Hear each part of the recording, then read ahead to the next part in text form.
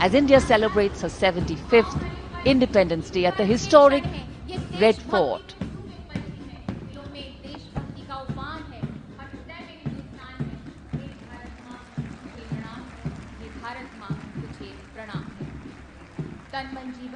स्वाधीनता दिवस समारोह के इतिहास में पहली बार आकाश से पुष्प वर्षा। भारत की अखंड एकता के नायक ही नहीं, विश्व एकता के नायक भी हैं, कोटि कोटि जनों के जननायक भी हैं। हमारा आपसे विनम्र निवेदन है माननीय प्रधानमंत्री जी कि कृपया राष्ट्र को संबोधित करें। मेरे प्यारे देशवासियों, आजादी का अमृत महोत्सव 75वें स्वतंत्रता दिवस पर आप सभी को और विश्व भर में भारत को प्रेम करने वाले, लोकतंत्र को प्रेम करने वाले सभी को बहुत बहुत शुभकामनाएं। आज आजादी के अमृत महोत्सव के इस पावन पर्व पर देश अपने सभी स्वतंत्र सेनानियों को राष्ट्र रक्षा में अपने आप को दिन रात खपाने वाले, आहूत करने वाले वीर वीरांगनाओं को आज देश नमन कर रहा है। आजादी को जन आंदोलन बनाने वाले पूज्य बापू हो या आजादी के लिए अपना सब कुछ न्योछावर करने वाले नेताजी सुभाष चंद्र बोस, भगत सिंह, चंद्रशेखर आजाद, बिस्मिल और अशफाक उल्लाह खां जैसे महान क्रांतिवीर हो, झांसी की रानी लक्ष्मीबाई हो, चित्तूर की रानी चेन्नम्मा हो या रानी गाइडिंलियू हो या असम में मातंगिनी हाजरा का पराक्रम हो, देश के पहला प्रधानमंत्री पंडित नेहरू जी हो, देश को एकजुट राष्ट्र में बदलने वाले सरदार वल्लभ भाई पटेल हो, भारत के भविष्य की दिशा निर्धारित करने वाले, रास्ता तय कराने वाले बाबा साहब आंबेडकर सहित देश हर व्यक्तित्व को आज याद कर रहा है। देश इन सभी महापुरुषों का ऋणी है। भारत तो बहुरत्ना वसुंधरा है और भारत के हर कोने में, हर कालखंड में अनगिनत लोगों ने, जिसके नाम भी शायद इतिहास की तवारीख में नहीं होंगे, ऐसे अनगिनत लोगों ने इस राष्ट्र को बनाया भी है, आगे बढ़ाया भी है। मैं ऐसे हर व्यक्तित्व का वंदन करता हूं, उनका अभिनंदन करता हूं। भारत ने सदियों तक मातृभूमि, संस्कृति और आजादी के लिए संघर्ष किया है। गुलामी की कसक, आजादी की ललक इस देश ने सदियों तक कभी छोड़ी नहीं। जय पराजय आते रहे, लेकिन मन मंदिर में बसी हुई आजादी की आकांक्षा वो कभी खत्म होने नहीं दी। आज इन सभी संघर्ष के पुरोधा, सदियों के संघर्ष के पुरोधा, उन सबको भी प्रणाम करने का वक्त है और वे प्रणाम के हकदार भी है। कोरोना वैश्विक महामारी, इस महामारी में हमारे डॉक्टर, हमारे नर्सेज, हमारे पैरामेडिकल स्टाफ, हमारे सफाई कर्मी वैक्सीन बनाने में जुटे, हमारे वैज्ञानिक हो, सेवा भावना से जुड़े हुए करोड़ों देशवासियों हो, जिन्होंने इस कोरोना के कालखंड में पल पल जन सेवा में समर्पित किया है, वे भी हम सबके बंधन के अधिकारी हैं। आज भी देश के कुछ इलाकों में बाढ़ है, भूस्खलन की हुए हैं, कुछ पीड़ादायक खबरें भी आती रहती हैं। कई क्षेत्रों में लोगों को जिस मुश्किल बढ़ा दी है, ऐसे समय केंद्र सरकार हो, राज्य सरकारें हो, सब उनके साथ मुस्तैदी के साथ खड़ी हुई है।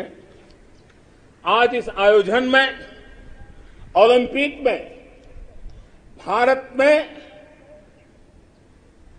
के युवा पीढ़ी जिसने भारत का नाम रोशन किया है, ऐसे हमारे एथलीट्स, हमारे खिलाड़ी आज हमारे बीच में हैं। कुछ यहां हैं, कुछ सामने बैठे हैं।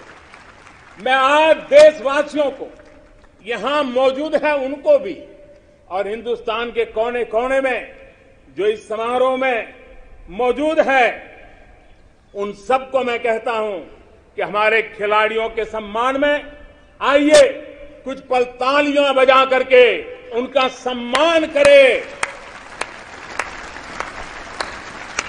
भारत के खेलों का सम्मान, भारत की युवा पीढ़ी का सम्मान, भारत को गौरव दिलाने वाले युवाओं का सम्मान, देश, करोड़ों देशवासी आज तालियों की गड़गड़ाहट के साथ हमारे इन जवानों का, देश की युवा पीढ़ी का गौरव कर रहे हैं, सम्मान कर रहे हैं।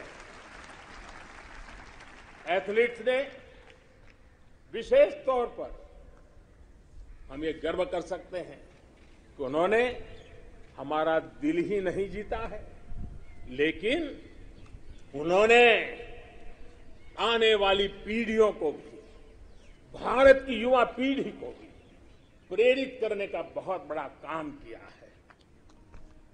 मेरे प्यारे देशवासियों, हम आजादी का जश्न मनाते हैं, लेकिन बंटवारे का दर्द आज भी हिंदुस्तान के सीने को छलनी करता है।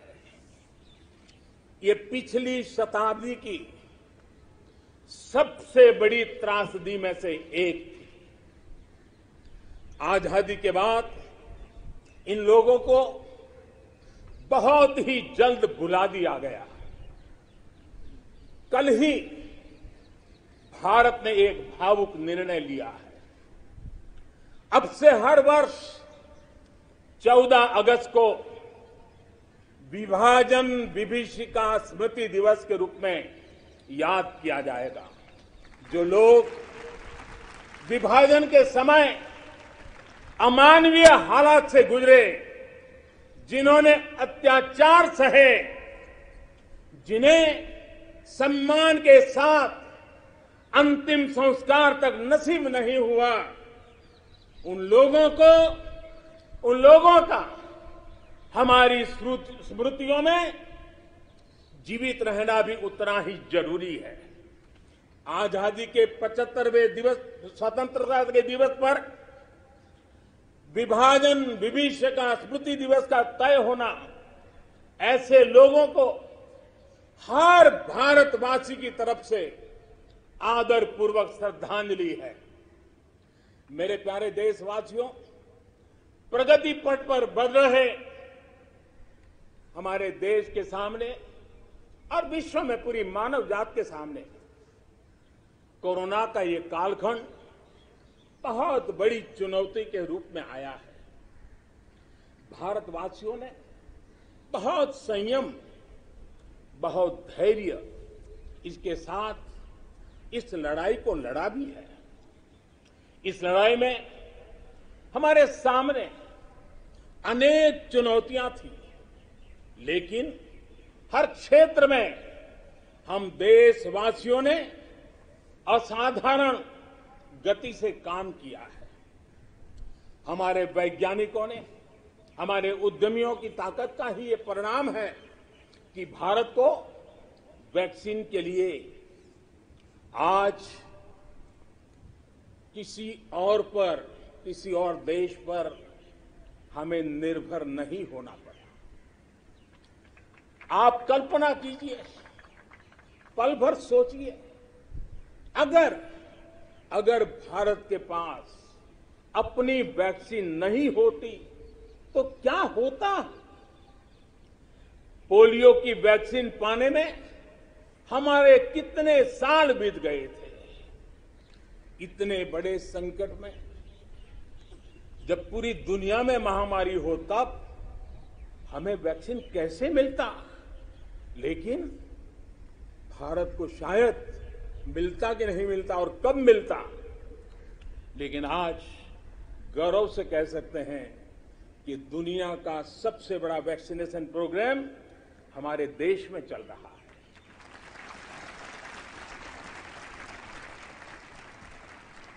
54 करोड़ से लोग, 54 करोड़ से ज्यादा लोग वैक्सीन डोज लगा चुके हैं। कोविन जैसी ऑनलाइन व्यवस्था, डिजिटल सर्टिफिकेट देने की व्यवस्था आज दुनिया को आकर्षित कर रही है। महामारी के समय भारत जिस तरह से 80 करोड़ देशवासियों को महीनों तक लगातार मुफ्त अनाज देकर के उनके गरीब के घर के चूल्हे को जलते रखा है, यह भी दुनिया के लिए एक अचरज भी है और चर्चा का विषय भी है। ये बात सही है कि अन्य देशों की तुलना में भारत में कम लोग संक्रमित हुए। ये भी सही है कि दुनिया के देशों की जनसंख्या की तुलना में भारत में हम अधिकतम मात्रा में हमारे नागरिकों को बचा सके। लेकिन ये हमारे लिए पीठ थपथपाने का विषय नहीं है, संतोष पाकर के सो जाने का विषय नहीं है।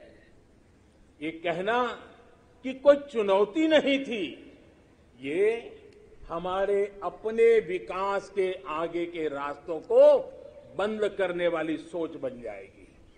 दुनिया के समृद्ध देशों की तुलना में हमारी व्यवस्थाएं कम है।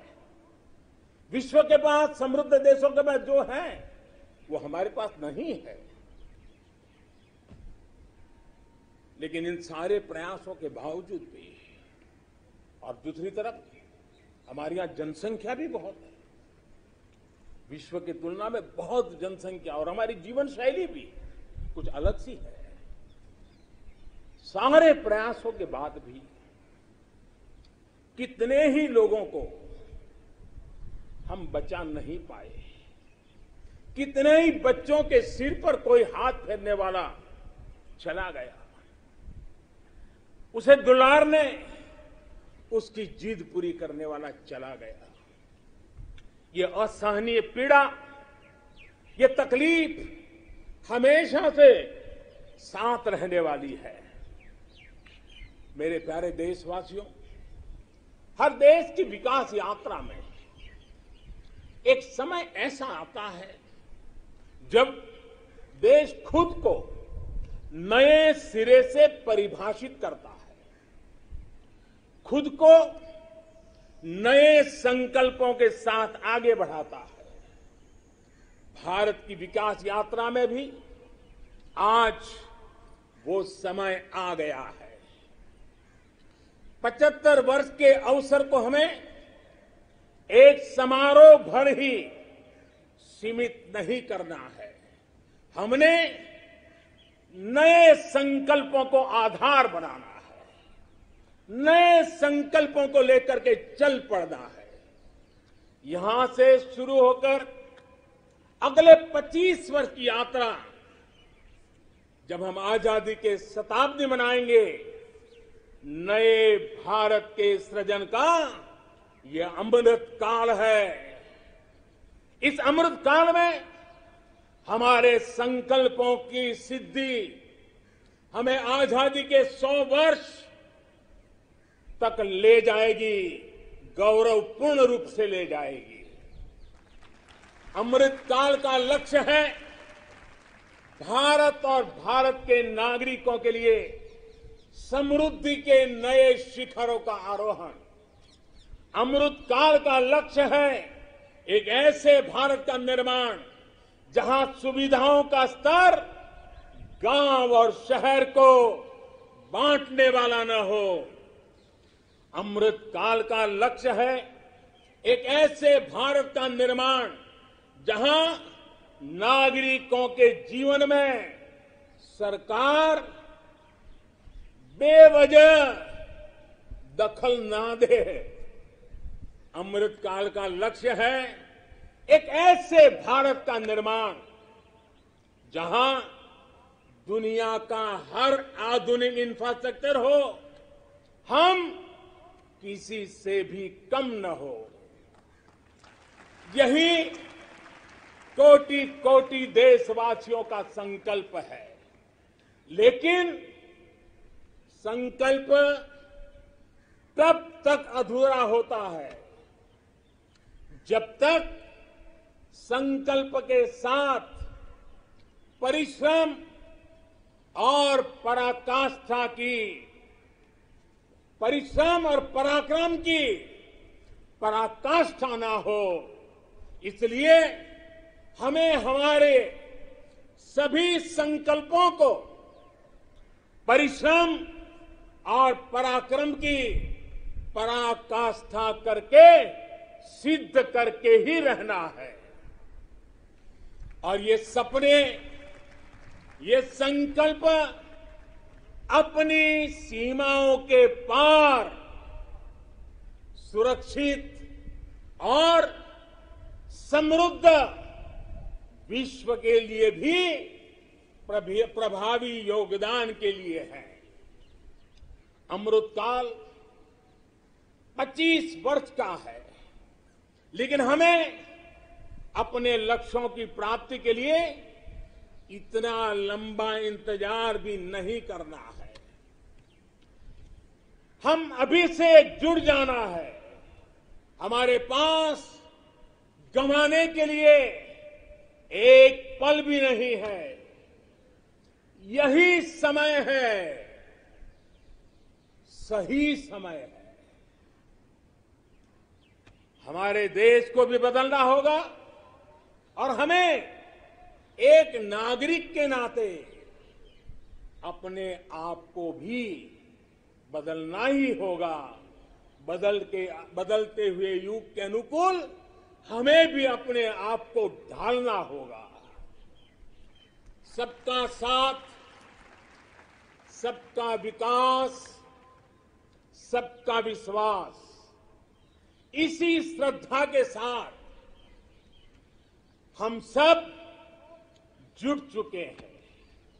लेकिन आज लाल किले की प्राचीर से आह्वान कर रहा हूं, सबका साथ, सबका विकास, सबका विश्वास और अब सबका प्रयास हमारे हर लक्ष्यों की प्राप्ति के लिए बहुत महत्वपूर्ण है। बीते 7 वर्षों में शुरू हुई अनेक योजनाओं का लाभ करोड़ों गरीबों को उनके घर तक पहुंचा है। उज्ज्वला से लेकर आयुष्मान भारत की ये ताकत आज देश का हर गरीब जानता है। आज सरकारी योजनाओं की गति बढ़ी है, वो निर्धारित लक्ष्यों को प्राप्त कर रही है। पहले की तुलना में हम बहुत तेजी से बहुत आगे बढ़े, लेकिन सिर्फ बात यहां पूरी नहीं होती है। अब हमें सैचुरेशन तक जाता है, पूर्णता तक जाना है। 100% गांवों में सड़कें हो, 100% परिवारों के बैंक अकाउंट हो, 100% लाभार्थी को आयुष्मान भारत का कार्ड हो, 100% पात्र व्यक्तियों को उज्ज्वला योजना और गैस कनेक्शन हो, सरकार की बीमा योजना हो, पेंशन योजना हो, आवास योजना से हमें हर उस व्यक्ति को जोड़ना है जो उसके हकदार है। 100% का मूड बना के चलना है। आज तक हमारे यहां कभी उन साथियों के बारे में नहीं सोचा गया जो रेहड़ी लगाते हैं, पटरी पर बैठकर, फुटपाथ पर बैठकर सामान बेचते हैं, ठेला चलाते हैं। हम इन साथियों को स्वनिधि योजना के जरिए बैंकिंग व्यवस्था से जोड़ा जा रहा है। जैसे हमने बिजली 100% घरों तक पहुंचाई, जैसे हमने 100% घरों में शौचालय के निर्माण का प्रामाणिक प्रयास किया, वैसे ही हमें अब योजनाओं के सैचुरेशन का लक्ष्य लेकर के आगे बढ़ना है। और इसके लिए हमें समय सीमा बहुत दूर नहीं रखनी है। हमें कुछ ही वर्षों में अपने संकल्पों को साकार करना है। देश आज हर घर जल मिशन को लेकर के तेजी से काम कर रहा है। मुझे खुशी है कि जल जीवन मिशन के सिर्फ 2 वर्ष में 4.5 करोड़ से ज्यादा परिवारों को नल से जल मिलना शुरू हो गया, पाइप से वाटर मिलना शुरू हो गया है। करोड़ों माता बहनों का आशीर्वाद, यही हमारी पूंजी है। इस 100% का सबसे बड़ा लाभ ये होता है कि सरकारी योजना के लाभ से कोई वंचित नहीं रहता। जब सरकार ये लक्ष्य बनाकर चलती है कि हमें समाज की आखिरी पंक्ति में जो व्यक्ति खड़ा है उस तक पहुंचना है, तो न कोई भेदभाव हो पाता है और न ही भ्रष्टाचार की गुंजाइश रहती है। मेरे प्यारे देशवासियों, देश के हर गरीब, हर व्यक्ति तक पोषण पहुंचाना भी सरकार की प्राथमिकता है।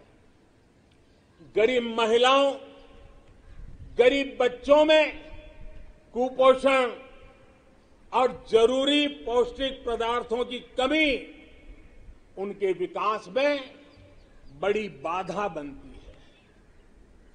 इसे देखते हुए ये तय किया गया है कि सरकार अपनी अलग अलग योजनाओं के तहत जो चावल गरीबों को देती है उसे फोर्टिफाई करेगी, गरीबों को पोषण युक्त चावल देगी। राशन की दुकान पर मिलने वाला चावल हो,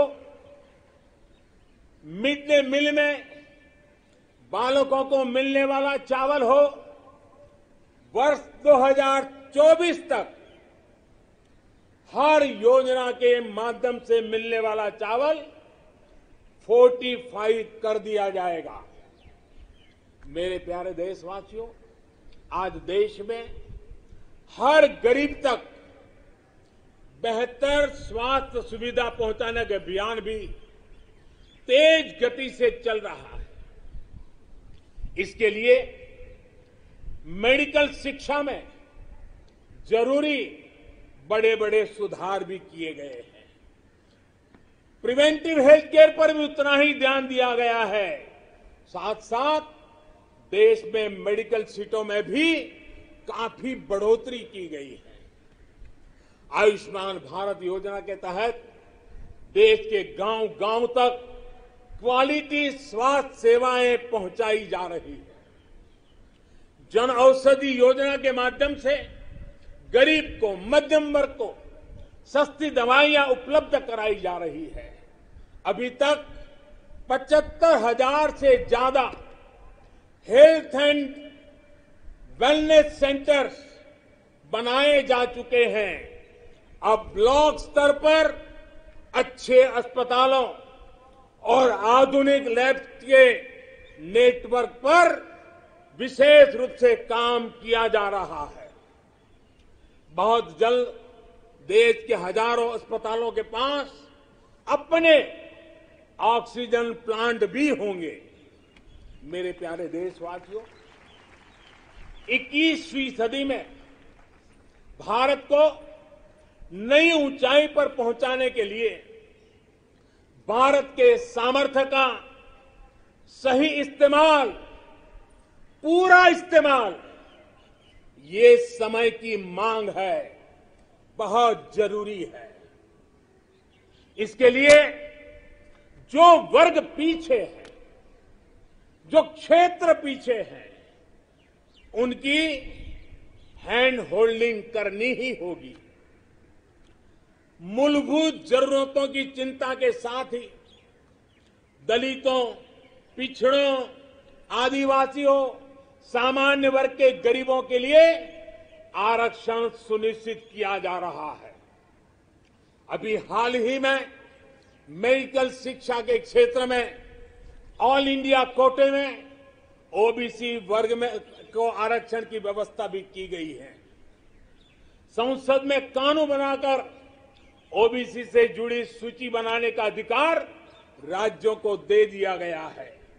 मेरे प्यारे देशवासियों, जैसे हम ये सुनिश्चित कर रहे हैं कि समाज की विकास यात्रा में कोई व्यक्ति ना छूटे, कोई वर्ग ना छूटे, वैसे ही देश का कोई भूभाग, देश का कोई कोना भी पीछे नहीं छूटना चाहिए। विकास सर्वांगी होना चाहिए, विकास सर्वस्पर्शी होना चाहिए, विकास सर्वसमावेशक होना चाहिए। देश के ऐसे क्षेत्रों को आगे लाने के लिए पिछले 7 वर्षों में जो प्रयास किए गए हैं, अब उसे और तेजी देने की दिशा में हम आगे बढ़ रहे हैं। हमारा पूर्वी भारत, नॉर्थ ईस्ट, जम्मू कश्मीर, लद्दाख सहित पूरा हिमालय का क्षेत्र हो, हमारी कोस्टल बेल्ट या फिर आदिवासी अंचल हो, ये भविष्य में भारत के विकास का, भारत की विकास यात्रा का बहुत बड़ा आधार बनने वाले हैं। आज नॉर्थ ईस्ट में कनेक्टिविटी का नया इतिहास लिखा जा रहा है। ये कनेक्टिविटी दिलों की भी है और इंफ्रास्ट्रक्चर की भी है। बहुत जल्द नॉर्थ ईस्ट के सभी राज्यों की राजधानियों को रेल सेवा से जोड़ने का काम पूरा होने वाला है। एक्ट ईस्ट पॉलिसी के तहत आज नॉर्थ ईस्ट बांग्लादेश, म्यांमार और दक्षिण पूर्वी एशिया से भी कनेक्ट हो रहा है। बीते वर्षों में जो प्रयास हुए हैं, उसकी वजह से हम नॉर्थ ईस्ट में स्थायी शांति के लिए, श्रेष्ठ भारत के निर्माण के लिए उत्साह अनेक गुना बढ़ा हुआ है।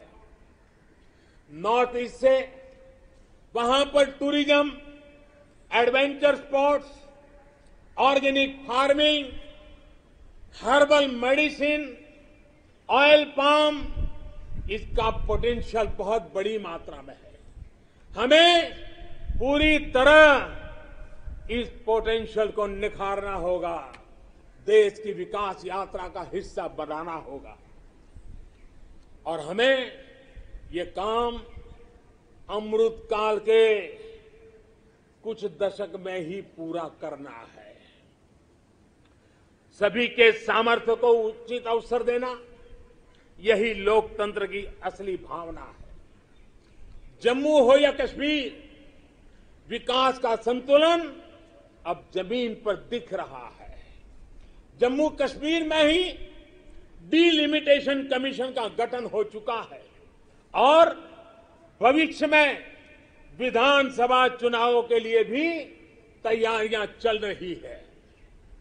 लद्दाख भी विकास की अपनी असीम संभावनाओं की तरफ आगे बढ़ चला है।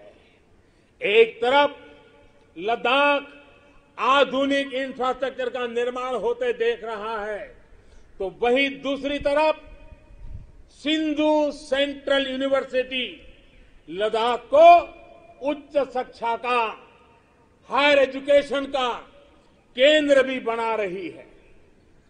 21वीं सदी के इस दशक में भारत ब्लू इकोनॉमी के अपने प्रयासों को और तेजी देगा। हमें एक्वा कल्चर के साथ साथ सीवीड की खेती में बने जो नई संभावना बन रही है, उन संभावनाओं का भी पूरा लाभ उठाना है। डीप ओशन मिशन समंदर की असीम संभावनाओं को तलाशने की हमारी महत्वाकांक्षा का प्रमाण है। जो खनिज संपदा समंदर के में छिपी हुई है, जो थर्मल एनर्जी समंदर के पानी में है, और वो देश के विकास को नई बुलंदी दे सकती है। देश के जिन जिलों के लिए ये माना गया था कि पीछे रह गए, हमने उनकी आकांक्षाओं को भी जगाया है। देश में 110 से अधिक आकांक्षी जिले, एस्पिरेशनल डिस्ट्रिक्ट जिलों में शिक्षा, स्वास्थ्य, पोषण, सड़क, रोजगार से जुड़ी योजनाओं को प्राथमिकता दी जा रही है। इनमें से अनेक जिले हमारे आदिवासी अंचल में हैं। हमने इन जिलों के बीच विकास की एक तंदुरुस्त स्पर्धा का एक उत्साह पैदा किया है। ये आकांक्षी जिले भारत के अन्य जिलों की बराबरी तक पहुंचे, उस दिशा में तेज स्पर्धा चल रही है। मेरे प्यारे देशवासियों, अर्थ जगत में पूंजीवाद और समाजवाद, इसकी चर्चा तो बहुत होती है, लेकिन भारत सहकारवाद पर भी बल देता है।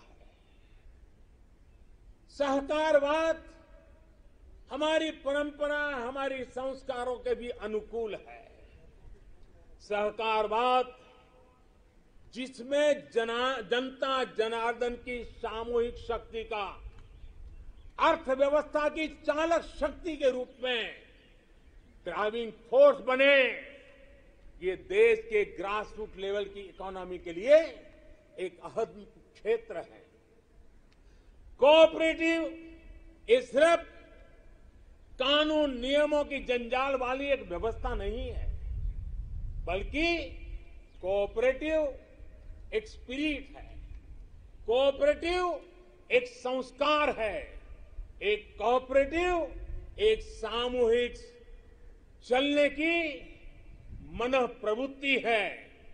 उनका सशक्तिकरण हो, इसके लिए हमने अलग मंत्रालय बनाए कर इस दिशा में कदम उठाया है। और राज्यों के अंदर जो सहकारी क्षेत्र है, उसको जितना ज्यादा बल दे सके, वो बल देने के लिए हमने ये कदम उठाया है। मेरे प्यारे देशवासियों, इस दशक में हमने गांवों में नई अर्थव्यवस्था के निर्माण के लिए पूरी शक्ति लगानी होगी। आज हम अपने गांवों को तेजी से परिवर्तित होते देख रहे हैं। बीते कुछ वर्षों में गांवों तक सड़क और बिजली की सुविधाओं को पहुंचाने के रहे थे, वो पूरा कालखंड हमारा रहा। लेकिन अब गांवों को ऑप्टिकल फाइबर नेटवर्क, डेटा की ताकत पहुंच रही है, इंटरनेट पहुंच रहा है। गांव में भी डिजिटल एंटरप्रेन्योर तैयार हो रहे हैं। गांव में जो हमारी सेल्फ हेल्प ग्रुप से जुड़ी 8 करोड़ से अधिक बहनें हैं, वो एक से बढ़कर एक प्रोडक्ट्स बनाती है।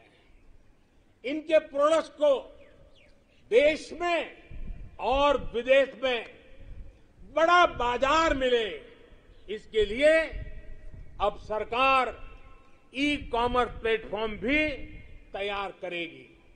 आज जब देश वोकल फॉर लोकल के मंत्र के साथ आगे बढ़ रहा है, तो ये डिजिटल प्लेटफॉर्म महिला सेल्फ हेल्प ग्रुप के उत्पादों को देश के दूर दराज क्षेत्रों में भी और विदेशों में भी लोगों से जोड़ेगा और उनका फलक बहुत विस्तृत होगा।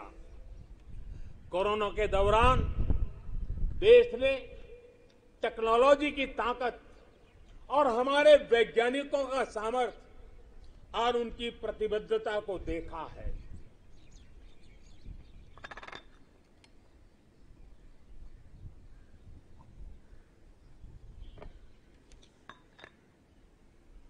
देश के हर क्षेत्र में हमारे वैज्ञानिक बहुत सूझबूझ से काम कर रहे हैं। अब समय आ गया है कि हम अपने कृषि क्षेत्र में भी वैज्ञानिकों की क्षमताओं और उनके सुझावों को भी हमारे एग्रीकल्चर सेक्टर में जोड़ें। अब हम ज्यादा इंतजार नहीं कर सकते हैं और हमें इसका पूरा लाभ भी उठाना है। ये देश को खाद्य सुरक्षा देने के साथ फल, सब्जियां और अनाज का उत्पादन बढ़ाने में बहुत बड़ी मदद मिलेगी और हम विश्व तक पहुंचने के लिए अपने आप को मजबूती से आगे बढ़ाएंगे। इन प्रयासों के बीच हमें कृषि सेक्टर की एक बड़ी चुनौती की भी और ध्यान देना है। ये चुनौती है गांव के लोगों के पास कम होती जमीन। बढ़ती हुई आबादी के साथ परिवार में जो बंटवारे हो रहे हैं, उसकी वजह से किसानों की जमीन छोटी छोटी से छोटी होती जा रही है। देश के 80% से ज्यादा किसान ऐसे हैं जिनके पास 2 हेक्टेयर से भी कम जमीन है। 2 हेक्टेयर से भी कम। पहले जो देश में नीतियां थी, और हम देखें 100 में से 80 किसान, उनके पास 2 हेक्टेयर से भी कम जमीन, यानी देश का किसान एक प्रकार से छोटा किसान है। पहले जो देश में नीतियां बनी, उनमें इन छोटे किसानों को जितनी प्राथमिकता देनी चाहिए थी, उन पर जितना ध्यान केंद्रित करना चाहिए था, वो रह गया। अब देश में इन्हीं छोटे किसानों को ध्यान में रखते हुए कृषि सुधार किए जा रहे हैं, निर्णय लिए जा रहे हैं। फसल बीमा योजना में सुधार हो, एमएसपी को 1.5 गुना करने का बड़ा महत्वपूर्ण निर्णय हो, छोटे किसानों को किसान क्रेडिट कार्ड से सस्ते दर से बैंक से कर्ज मिले, इसकी व्यवस्था हो, सोलर पावर से जुड़ी योजनाएं खेत तक पहुंचाने की बात हो, किसान उत्पादक संगठन हो। ये सारे प्रयास छोटे किसानों की ताकत बढ़ाएंगे। आने वाले समय में ब्लॉक लेवल तक वेयर हाउस की फैसिलिटी क्रिएट करने का भी अभियान चलाया जाएगा। हर छोटे किसानों के छोटे छोटे खर्च को ध्यान में रखते हुए पीएम किसान सम्मान निधि योजना चलाई जा रही है।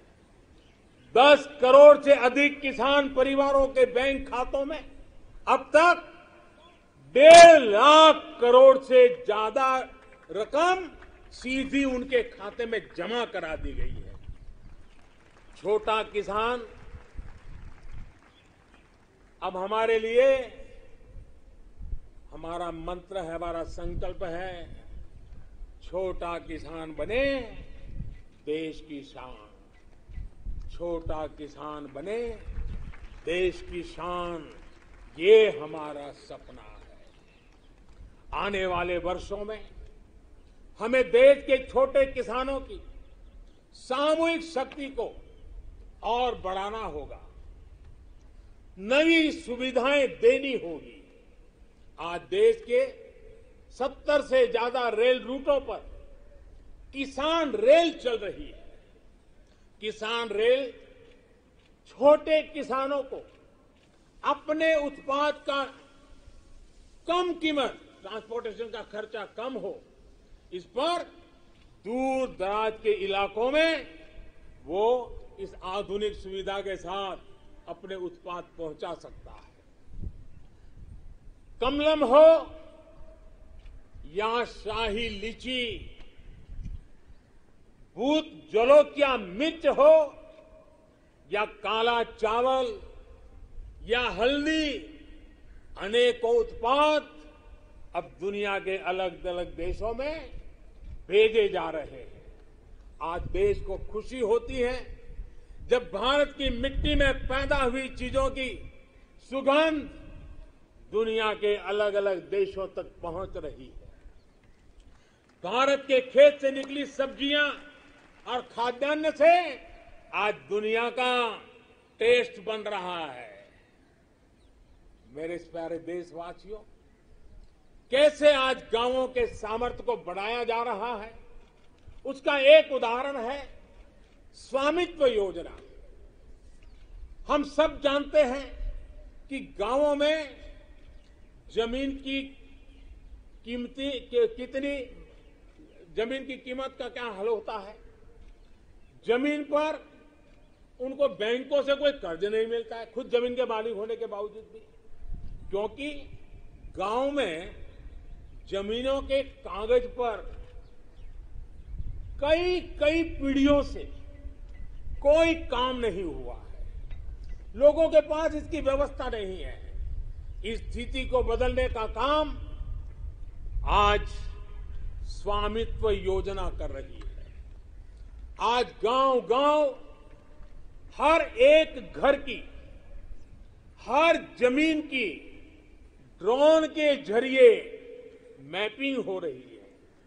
गांव की जमीनों के डेटा और संपत्ति के कागज ऑनलाइन अपलोड हो रहे हैं। इससे न सिर्फ गांवों में जमीन से जुड़े विवाद समाप्त हो रहे हैं, बल्कि गांव के लोगों को बैंक से आसानी से लोन भी मिलने की व्यवस्था निर्माण हुई है।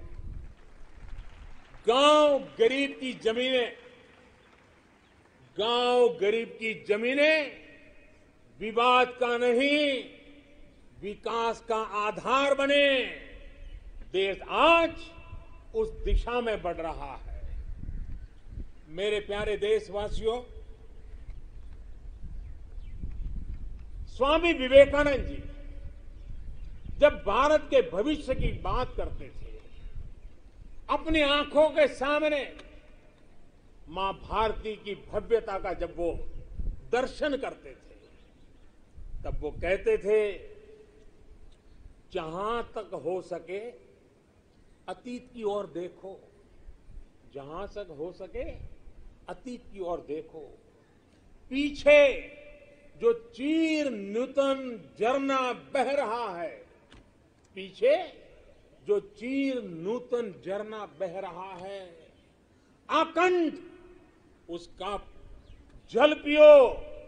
और उसके बाद देखिए स्वामी विवेकानंद जी की विशेषता, उसके बाद सामने की ओर देखो, आगे बढ़ो और भारत को पहले से भी कहीं ज्यादा उज्जवल, महान, श्रेष्ठ बनाओ। आजादी के 75वें वर्ष में हमारा दायित्व है कि अब हम देश के असीम सामर्थ्य पर विश्वास करते हुए आगे बढ़े। हमें मिलकर काम करना होगा नेक्स्ट जनरेशन इंफ्रास्ट्रक्चर के लिए। हमें मिलकर काम करना होगा वर्ल्ड क्लास मैन्युफैक्चरिंग के लिए। हमें मिलकर काम करना होगा कटिंग एज इनोवेशंस के लिए। हमें मिलकर काम करना होगा न्यू एज टेक्नोलॉजी के लिए। मेरे प्यारे देशवासियों, आधुनिक विश्व में प्रगति की बुनियाद आधुनिक इंफ्रास्ट्रक्चर पर खड़ी होती है। ये मध्यम वर्ग की आवश्यकताओं, आकांक्षाओं की भी पूर्ति करते हैं। कमजोर इंफ्रास्ट्रक्चर का बहुत बड़ा नुकसान विकास की गति को भी होता है, शहरी मध्यम वर्ग को भी होता है। मेरे प्यारे देशवासियों, इसी बात को समझते हुए जल, थल, नभ हर क्षेत्र में देश ने असाधारण स्पीड और स्केल पर काम करके दिखाया है। नए जलमार्ग, वाटरवेज हो, नए नए स्थानों को सी प्लेन से जोड़ना हो, देश में बहुत तेजी से काम चल रहा है। भारतीय रेलवे भी तेजी से आधुनिक अवतार में ढल रही है। देश ने संकल्प लिया है कि आजादी के अमृत महोत्सव आपको मालूम होगा, हमने इस आजादी के अमृत महोत्सव को 75 सप्ताह तक मनाना तय किया है। 12 मार्च से शुरू हुआ है और 2023 15 अगस्त तक इसको चलाना है। उत्साह भर से आगे बढ़ना है और इसलिए देश ने एक बहुत महत्वपूर्ण फैसला लिया है। आजादी के अमृत महोत्सव के 75 सप्ताह में, इन 75 सप्ताह में 75 वंदे भारत ट्रेनें देश के हर कोने को आपस से जोड़ करके रही होगी। आज जिस गति से देश में नए एयरपोर्ट का निर्माण हो रहा है, उड़ान योजना दूर दराज के इलाकों को जोड़ रही है, यह अभूतपूर्व है। आज हम देख रहे हैं कि कैसे बेहतर एयर कनेक्टिविटी लोगों के सपनों को नई उड़ान देती है। मेरे प्यारे देशवासियों, भारत को आधुनिक इंफ्रास्ट्रक्चर के साथ ही इंफ्रास्ट्रक्चर निर्माण में होलिस्टिक अप्रोच, इंटीग्रेटेड अप्रोच अपनाने की बहुत जरूरत है। भारत आने वाले कुछ ही समय में प्रधानमंत्री गति शक्ति का नेशनल मास्टर प्लान, उसको देश के सामने करोड़ों देशवासियों को सपना करने वाली एक बहुत बड़ी योजना लेकर के हम आपके सामने आने वाले हैं, उसको लॉन्च करने वाले हैं। 100 लाख करोड़ से भी अधिक की योजना लाखों नौजवानों के लिए रोजगार के नए अवसर लेकर के आने वाली है।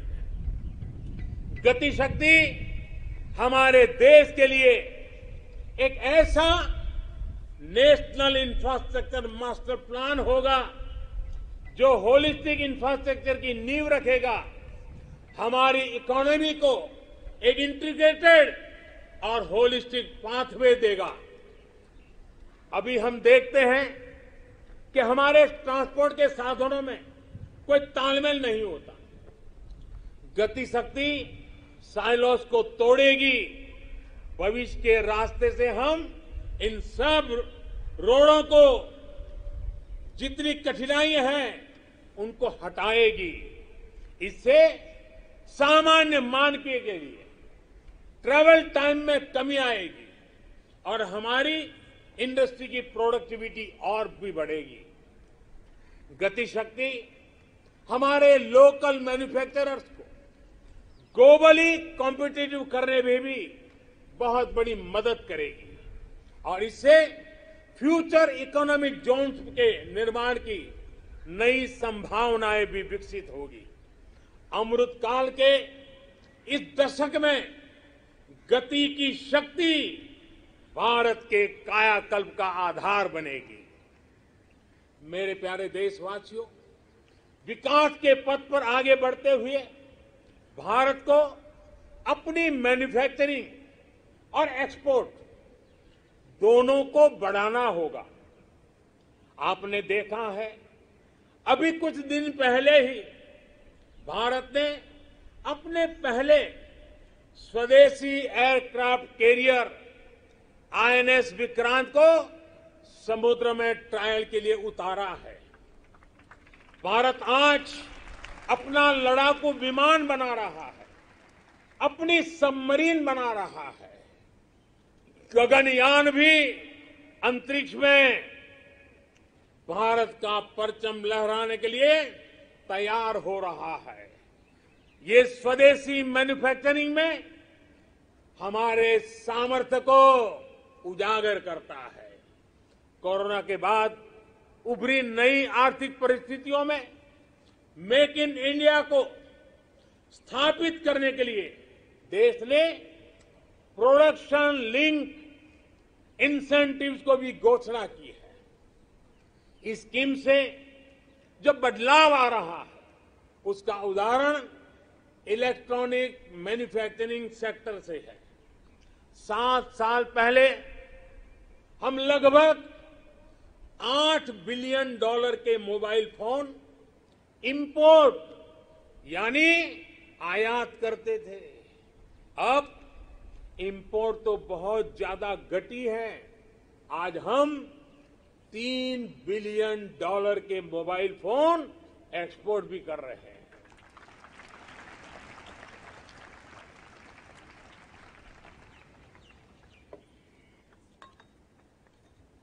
आज जब हमारे मैन्युफैक्चरिंग सेक्टर को गति मिल रही है तो हमें ये ध्यान रखना है कि हम भारत में जो बनाएं उसे हमें बेस्ट क्वालिटी के साथ ग्लोबल कंपटीशन में टिके और हो सके तो एक कदम आगे बढ़ें, ये तैयारी करनी है और ग्लोबल मार्केट को हमने टारगेट करना है। देश के सभी मैन्युफैक्चरर्स को मैं आग्रहपूर्वक कहना चाहूंगा, हमारे मैन्युफैक्चरर्स को इस बात को कभी नहीं भूलना होगा कि आप जो प्रोडक्ट बाहर बेचते हैं वो सिर्फ आपकी कंपनी के द्वारा बनाया हुआ सिर्फ एक पुर्जा नहीं है, एक प्रोडक्ट नहीं है।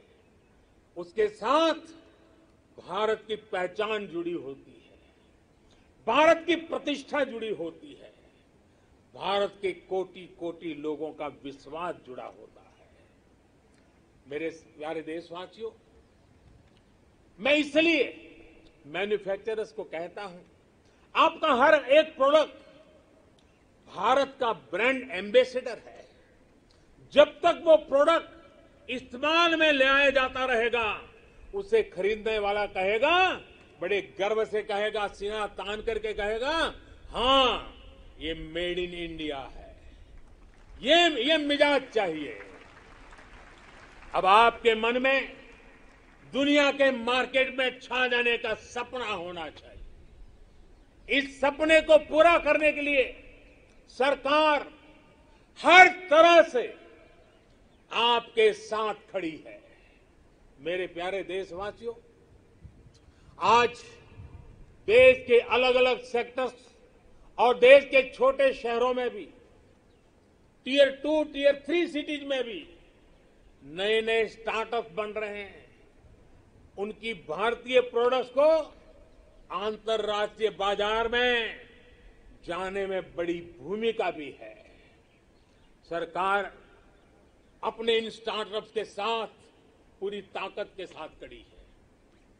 उन्हें आर्थिक मदद देना हो, टैक्स में छूट देना हो, उनके लिए नियमों को सरल बनाना हो, सब कुछ किया जा रहा है। हमने देखा है कोरोना के इस कठिन काल में ही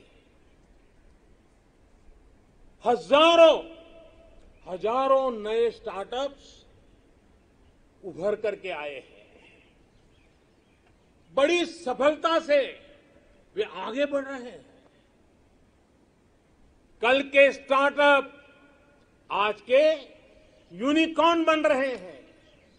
इनकी मार्केट वैल्यू हजारों करोड़ रुपए तक पहुंच रही है। ये देश में नए प्रकार के वेल्थ क्रिएटर्स हैं। ये अपने यूनिक आइडियाज की शक्ति से अपने पैरों पर खड़े हो रहे हैं, आगे बढ़ रहे हैं और दुनिया को छा जाने का सपना लेकर के चल रहे हैं। इस दशक में भारत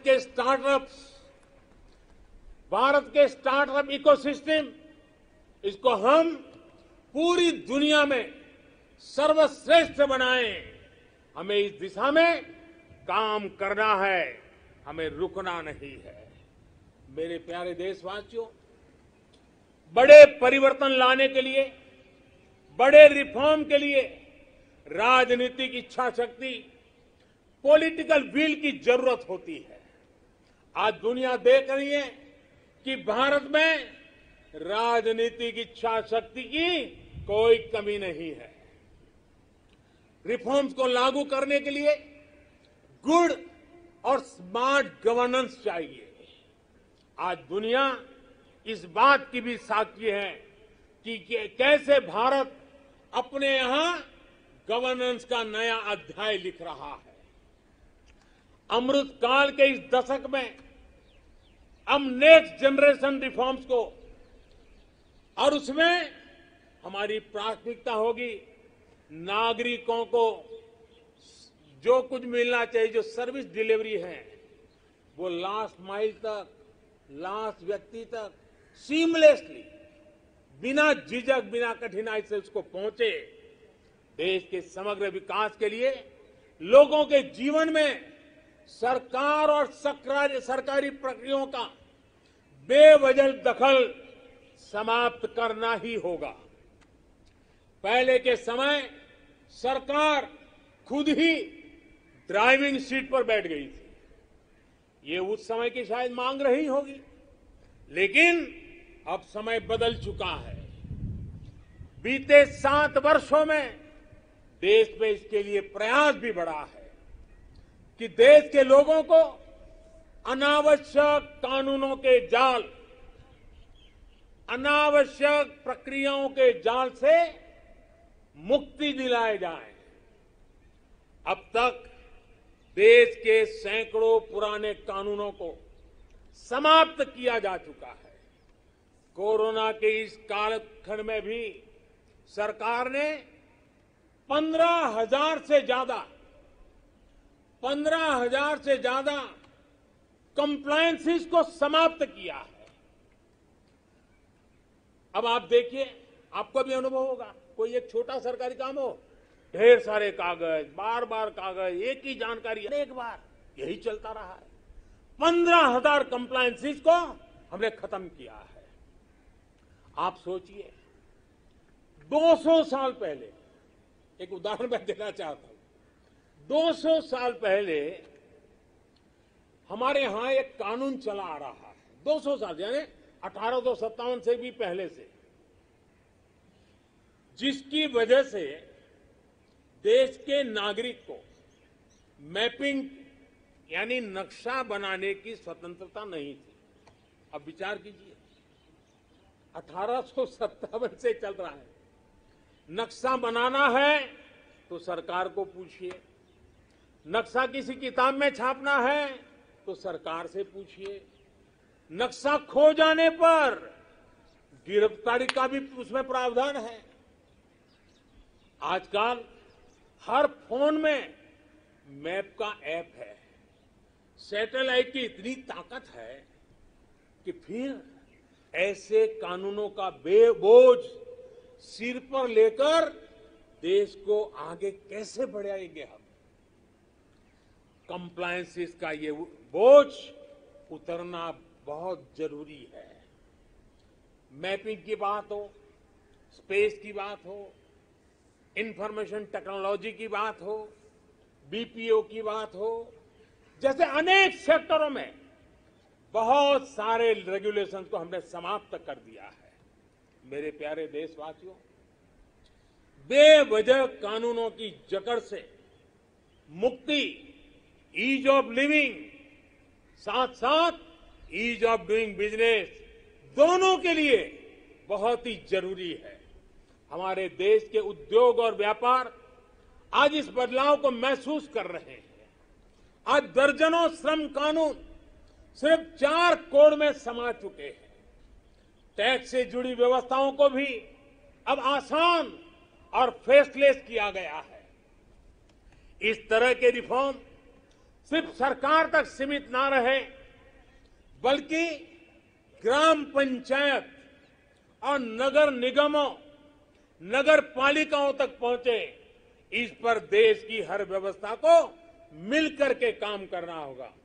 मैं जो आह्वान कर रहा हूं और बड़े आग्रह से कर रहा हूं, केंद्र हो या राज्य, सभी के विभागों से मैं कह रहा हूं, सभी सरकारी कार्यालयों से कह रहा हूं, अपने यहां नियमों प्रक्रियाओं की समीक्षा का अभियान चलाइए। हर वो नियम, हर वो प्रक्रिया जो देश के लोगों के सामने बाधा बनकर, बोझ बनकर खड़ी हुई है, उसे हमें दूर करना ही होगा।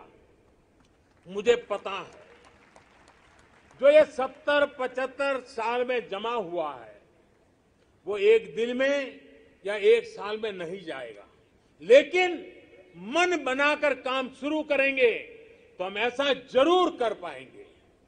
मेरे प्यारे देशवासियों, इसी सोच के साथ सरकार ने ब्यूरोक्रेसी में पीपल सेंट्रिक अप्रोच बढ़ाने, एफिशिएंसी बढ़ाने के लिए सरकार ने मिशन कर्मयोगी और कैपेसिटी बिल्डिंग कमीशन की शुरुआत भी की है।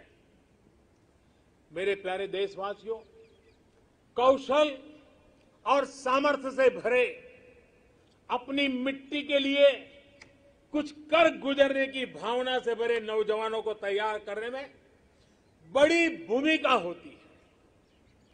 किसकी होती है? बड़ी भूमिका होती है हमारी शिक्षा की, हमारी शिक्षा व्यवस्था की, हमारी शिक्षा परंपरा की।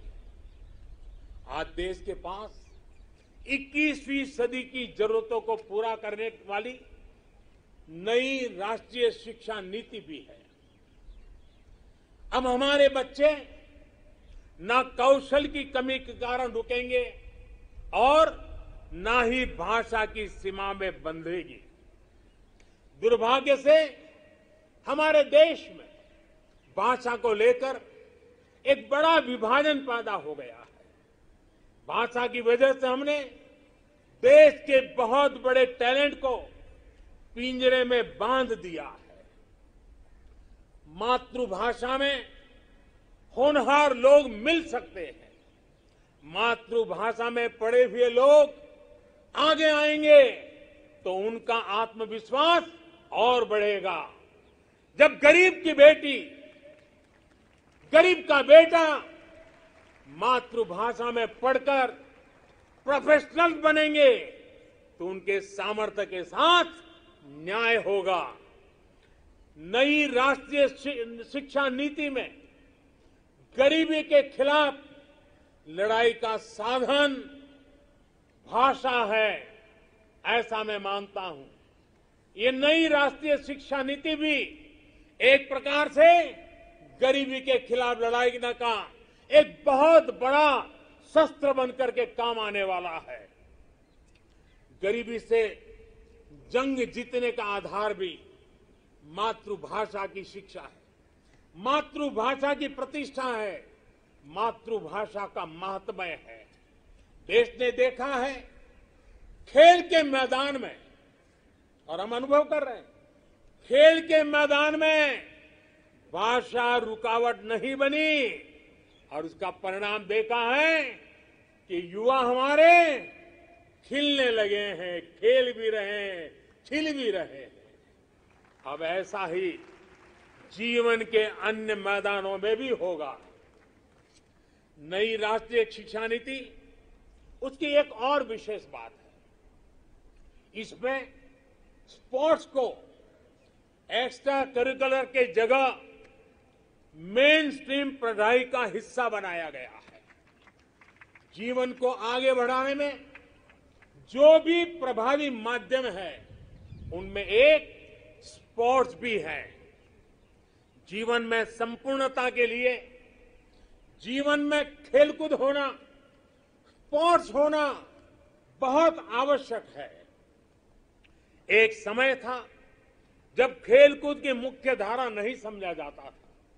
मां बाप भी बच्चों से कहते थे कि खेलते ही रहोगे तो जीवन बर्बाद कर लोगे। अब देश में फिटनेस को लेकर, स्पोर्ट्स को लेकर एक जागरूकता आई है। इस बार ओलंपिक में भी हमने देखा है, हमने अनुभव किया है। ये बदलाव हमारे देश के लिए एक बहुत बड़ा टर्निंग पॉइंट है। इसलिए आज देश में खेलों में टैलेंट, टेक्नोलॉजी और प्रोफेशनलिज्म लाने के जो अभियान चल रहा है, इस दशक में हमें उसे और तेज करना है और व्यापक करना है। ये देश के लिए गौरव की बात है कि शिक्षा हो या खेल, बोर्ड्स के नतीजे हो या ओलंपिक का मैदान, हमारी बेटियां आज अभूतपूर्व प्रदर्शन कर रही है। आज भारत की बेटियां अपना स्पेस लेने के लिए आतुर है। हमें यह सुनिश्चित करना है कि हर कैरियर और कार्य क्षेत्र में महिलाओं की समान सहभागिता हो। हमें यह सुनिश्चित करना है कि सड़क से लेकर वर्क प्लेस तक में हर जगह पे महिलाओं में सुरक्षा का एहसास हो, सम्मान का भाव हो। इसके लिए देश के शासन प्रशासन को, पुलिस और न्याय व्यवस्था को, नागरिकों को अपनी 100% जिम्मेदारी निभानी है। इस संकल्प को हमें आजादी के 75 साल का संकल्प बनाना है। आज मैं खुशी देशवासियों से साझा कर रहा हूं। मुझे लाखों बेटियों के संदेश मिलते थे कि वो भी सैनिक स्कूल में पढ़ना चाहती हैं। उनके लिए भी सैनिक स्कूलों के दरवाजे खोले जाएं। 2-2.5 साल पहले मिजोरम के सैनिक स्कूल में पहली बार बेटियों को प्रवेश देने का हमने एक छोटा सा प्रयोग प्रारंभ किया था। अब सरकार ने तय किया है कि देश के सभी सैनिक स्कूलों को देश की बेटियों के लिए भी खोल दिया जाएगा। देश के सभी सैनिक स्कूलों में अब बेटियां भी पढ़ेगी। विश्व में नेशनल सिक्योरिटी का जितना महत्व है, वैसा ही महत्व एनवायरमेंट सिक्योरिटी को दिए जाने लगा है। भारत आज एनवायरमेंटल सिक्योरिटी की एक मुखर आवाज है। आज बायोडायवर्सिटी हो या लैंड न्यूट्रलिटी, क्लाइमेट चेंज हो या वेस्ट रिसाइकलिंग, ऑर्गेनिक फार्मिंग हो या वेस्ट रिसाइकलिंग, ऑर्गेनिक फार्मिंग हो या गोबरधन से बायोगैस हो और एनर्जी कंजर्वेशन हो या क्लीन एनर्जी ट्रांजिशन, पर्यावरण की दिशा में भारत के प्रयास आज परिणाम दे रहे हैं। भारत ने वन क्षेत्र को या फिर नए नेशनल पार्क की संख्या, बाघों की संख्या और एशियाटिक लायन सभी में वृद्धि हर देशवासी के लिए खुशी की बात है। मेरे प्यारे देशवासियों, भारत की इन सफलताओं के बीच एक और सच को भी हमें समझना होगा। भारत आज एनर्जी इंडिपेंडेंट नहीं है। भारत आज एनर्जी इंपोर्ट के लिए सालाना 12 लाख करोड़ रुपए से भी अधिक खर्च करता है। भारत की प्रगति के लिए, आत्मनिर्भर भारत बनाने के लिए भारत का एनर्जी इंडिपेंडेंट होना समय की मांग है, अनिवार्य है। इसलिए आज भारत को ये संकल्प लेना होगा कि हम आजादी के 100 साल होने से पहले भारत को एनर्जी इंडिपेंडेंट बनाएंगे। और इसके लिए हमारा रोड मैप बहुत स्पष्ट है। गैस बेस्ड इकोनॉमी है, देश भर में सीएनजी पीएनजी का नेटवर्क हो, 20% इथेनॉल ब्लेंडिंग का टारगेट हो। भारत एक तय लक्ष्य के साथ आगे बढ़ रहा है।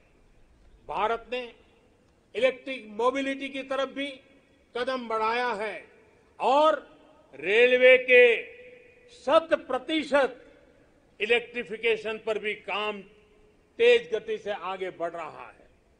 भारतीय रेलवे ने 2030 तक नेट जीरो कार्बन एमिटर बनने का लक्ष्य रखा है। इन सारे प्रयासों के साथ ही देश मिशन सर्कुलर इकोनॉमी इस पर भी बल दे रहा है। हमारी व्हीकल स्क्रैप पॉलिसी इसका एक बड़ा उदाहरण है। आज G20 के जो देशों का समूह है, उसमें भारत एकमात्र देश ऐसा है जो अपने क्लाइमेट गोल्स को प्राप्त करने की दिशा में तेजी से आगे बढ़ रहा है। भारत ने इस दशक के अंत तक रिन्यूएबल एनर्जी के 450 गीगावाट का लक्ष्य तय किया है। 2030 तक 450 गीगावाट। इसमें से 100 गीगावाट के लक्ष्य को भारत ने तय समय से पहले हासिल कर लिया है। हमारे ये प्रयास दुनिया को भी एक भरोसा दे रहे हैं।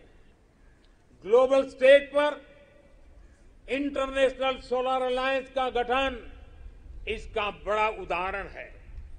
भारत आज जो भी कार्य कर रहा है, उसमें सबसे बड़ा लक्ष्य है जो भारत को क्लाइमेट जंप देने वाला है। क्लाइमेट के क्षेत्र में क्वांटम जंप देने वाला है, वो है ग्रीन हाइड्रोजन का क्षेत्र।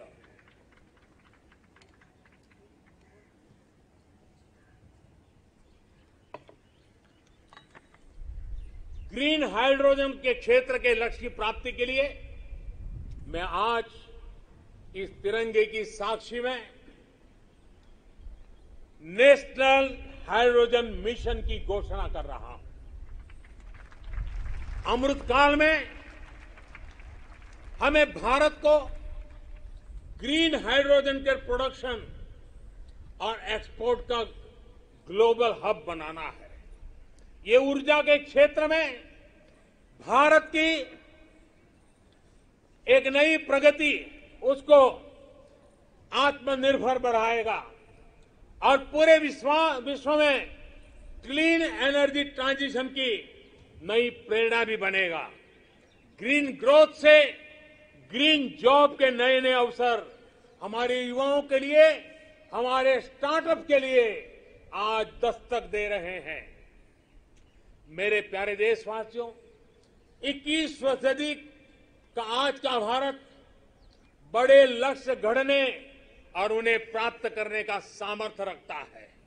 आज भारत उन विषयों को भी हल कर रहा है जिनके सुलझाने में दशकों से, सदियों से इंतजार था।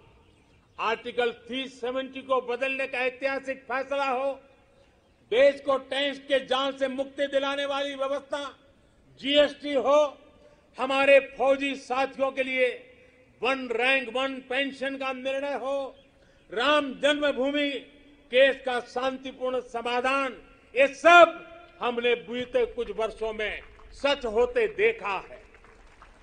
त्रिपुरा में दशकों बाद ब्रू रियांग समझौता होना हो, ओबीसी कमीशन को संवैधानिक दर्जा देना हो, या फिर जम्मू कश्मीर में आजादी के पहली बार बीडीसी और डीडीसी चुनाव, भारत की संकल्प शक्ति लगातार सिद्ध कर रहा है। आज कोरोना के इस दौर में भारत में रिकॉर्ड विदेशी निवेश आ रहा है।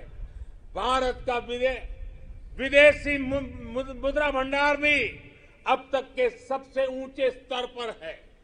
सर्जिकल स्ट्राइक और एयर स्ट्राइक करके भारत ने देश के दुश्मनों को नए भारत के सामर्थ्य का संदेश भी दे दिया है। ये बताता है कि भारत बदल रहा है, भारत बदल सकता है। भारत कठिन से कठिन फैसले भी ले सकता है और कड़े से कड़े फैसले लेने में भी भारत झिझकता नहीं है, रुकता नहीं है। मेरे प्यारे देशवासियों, सेकंड वर्ल्ड वॉर के बाद, द्वितीय विश्व युद्ध के बाद वैश्विक संबंधों का स्वरूप बदल गया। कोरोना के बाद भी पोस्ट कोरोना नए वर्ल्ड ऑर्डर की संभावना है। कोरोना के दौरान दुनिया ने भारत के प्रयासों को देखा भी है और सराहा भी है। आज दुनिया भारत को एक नई दृष्टि से देख रही है। इस दृष्टि के दो महत्वपूर्ण पहलू हैं, एक आतंकवाद और दूसरा विस्तारवाद। भारत इन दोनों ही चुनौतियों से लड़ रहा है और सधे हुए तरीके से बड़ी हिम्मत के साथ जवाब भी दे रहा है। हम भारत अपने दायित्वों को सही तरीके से निभा पाए, इसके लिए हमारी रक्षा तैयारों को भी उतना ही सदृढ़ रहना होगा। रक्षा के क्षेत्र में देश को आत्मनिर्भर बनाने, भारत की कंपनियों को प्रोत्साहित करने के लिए, हमारे मेहनती उद्यमियों को नए अवसर उपलब्ध कराने के लिए हमारे प्रयास निरंतर जारी हैं। मैं देश को विश्वास दिलाता हूं कि देश की रक्षा में लगी हमारी सेनाओं के हाथ मजबूत करने के लिए हम कोई कसर नहीं छोड़ेंगे। मेरे प्यारे देशवासियों, आज देश के महान विचारक श्री अरबिंदो की जन्म जयंती भी है। साल 2022 में उनका 150वां जन्म जयंती का पर्व है। श्री अरबिंदो भारत के उज्जवल भविष्य के स्वप्न दृष्टा थे। वो कहते थे कि हमें उतना सामर्थ्यवान बनना होगा जितना हम पहले कभी नहीं थे। हमें अपनी आदतें बदलनी होगी। एक नए हृदय के साथ अपने को फिर से जागृत करना होगा। श्री अरबिंदो की ये बातें हमें अपने कर्तव्यों का ध्यान दिलाती है। एक नागरिक के तौर पर, एक समाज के तौर पर हम देश को क्या दे रहे हैं, ये भी हमें सोचना होगा। हमने अधिकारों को हमेशा महत्व दिया है। उस कालखंड में उसकी जरूरत भी रही है, लेकिन अब हमें कर्तव्यों को सर्वोपरि बनाना है, सर्वोपरि रखना है। जिन संकल्पों का बीड़ा आज देश ने उठाया है, उन्हें पूरा करने के लिए हर जन को जुड़ना होगा, हर देशवासी को इसे ओन करना होगा। देश के जल संरक्षण का अभियान शुरू किया है तो हमारा कर्तव्य है पानी बचाने को अपनी आदत से जोड़ना। देश अगर डिजिटल लेन देन पर बल दे रहा है तो हमारा भी कर्तव्य है कि हम भी कम से कम कैश वाला ट्रांजैक्शन करना। देश ने लोकल फॉर वोकल का अभियान शुरू किया है तो हमारा कर्तव्य है कि ज्यादा से ज्यादा स्थानीय उत्पादों को खरीदे। देश के प्लास्टिक मुक्त भारत की जो हमारी कल्पना है, हमारा कर्तव्य है कि सिंगल यूज प्लास्टिक को इस्तेमाल पूरी तरह हमें रोकना होगा। ये हमारे ही कर्तव्य है कि हम अपनी नदियों में गंदगी न डालें, अपने समंदर के किनारों को स्वच्छ रखें। हमें स्वच्छ भारत मिशन को भी एक और नए मुकाम तक पहुंचाना है। आज जब देश आजादी के 75 वर्ष के उपलक्ष्य में आजादी का अमृत महोत्सव मना रहा है तो हमें इस आयोजन से जुड़ना भी, उसके में बढ़ चढ़ करके हिस्सा लेना, संकल्पों को बार बार जगाते रहना, ये हम सबका कर्तव्य है। अपने स्वाधीनता संग्राम को ध्यान में रखते हुए आप जो भी करेंगे, जो भी अमृत की बूंद की तरह अवश्य पवित्र होगा और कोटि कोटि भारतीयों के प्रयास से बना ये अमृत कम आने वाले वर्षों के लिए प्रेरणा बनकर उत्साह जगाएगा।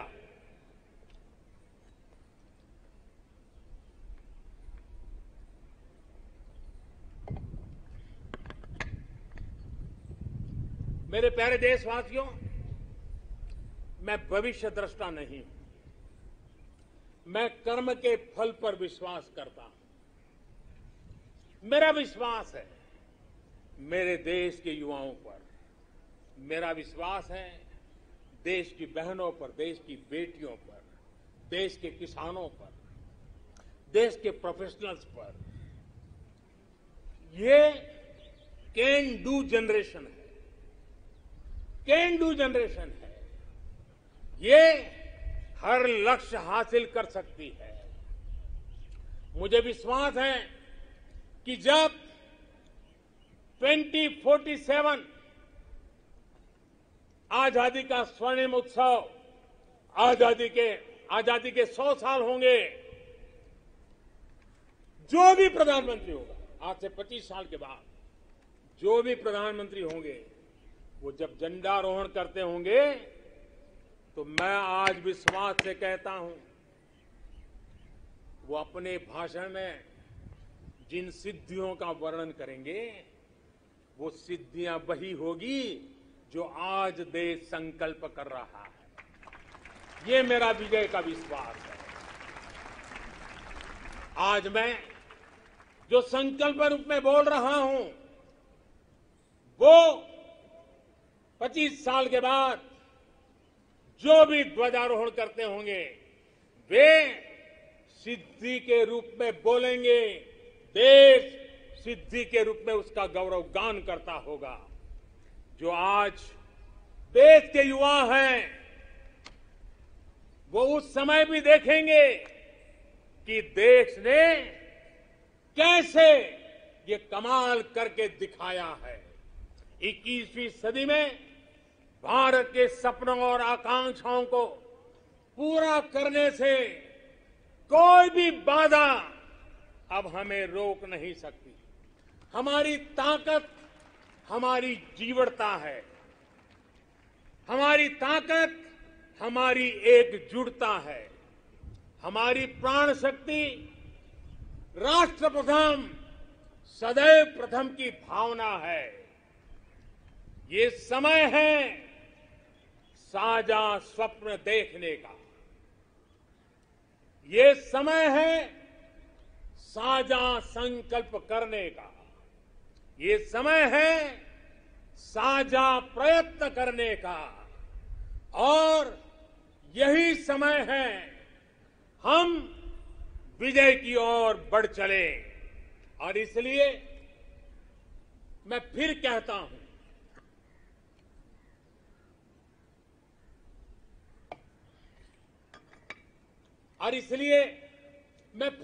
हूं, यही समय है, यही समय है, सही समय है, भारत का अनमोल समय है। यही समय है, सही समय है, भारत का अनमोल समय है। असंख्य भुजाओं की शक्ति है, असंख्य भुजाओं की शक्ति है।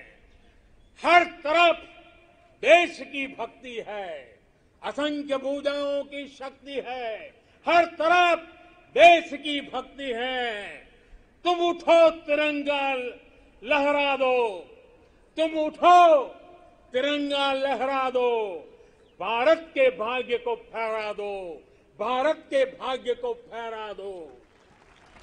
यही समय है, सही समय है, भारत का अनमोल समय है। कुछ ऐसा नहीं, कुछ ऐसा नहीं जो कर न सको, कुछ ऐसा नहीं जो पा न सको। तुम उड़ जाओ, तुम उड़ जाओ, तुम जुट जाओ, सामर्थ्य को अपने पहचानो, सामर्थ्य को अपने पहचानो, कर्तव्य को अपने सब जानो, कर्तव्य को अपने सब जानो। यही समय है, सही समय है, भारत का अनमोल समय है। जब देश आजादी के 100 साल पूरा करेगा तो देशवासियों के लक्ष्य यथार्थ में बदले, मेरी यही कामना है। इन्हीं शुभकामनाओं के साथ सभी देशवासियों को 75वें स्वतंत्रता दिवस की मैं फिर एक बार बधाई देता हूं। और मेरे साथ हाथ ऊपर करके बोलेंगे, जय हिंद, जय हिंद, जय हिंद, वंदे वंदे वंदे, भारत माता की, भारत माता की, भारत माता की। बहुत बहुत धन्यवाद।